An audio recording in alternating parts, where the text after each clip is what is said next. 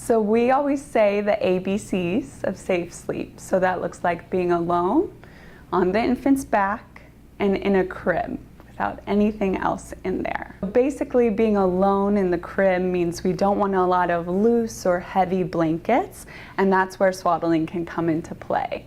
So wearing a sleep sack or like a wearable blanket is a good way to ensure that your baby isn't overheated and that there's not a lot of loose, unfitted blankets that could potentially be a suffocation hazard. So swaddling, where we have an infant kind of with their arms up towards their chest, loose at their hips, is a great way in the first couple months of life to have an infant feel safe and secure. These Velcro or elastic or zipper swaddles are nice because babies are ninjas. They can break out of everything.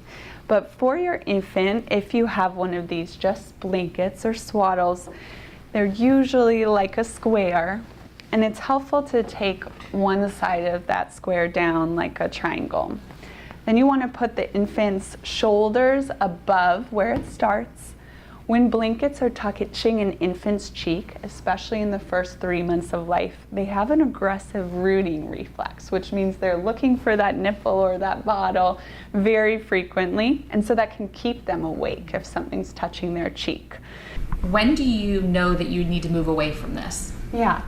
Signs of readiness to roll would be at tummy time, when you're seeing that they're really turning towards the side, or you might find that you look over and then suddenly they're on their tummy. So you put their shoulders above, and then you take one side and you pull it tight and you tuck it in and under. Then you're gonna make sure those contents of the burrito don't fall out, and then you'll take the other side. So pulling it tight. And then again, so you're gonna wanna ensure that you can fit 2 fingertips safely so it's not too tight at the chest. And then you want it loose for that good hip health. So you wanna really have the temperature of the nursery or your room be about 67 to 72 degrees.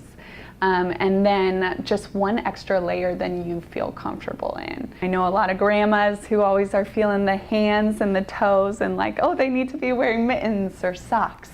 But if the back of their neck feels good to the touch, then they should be fine.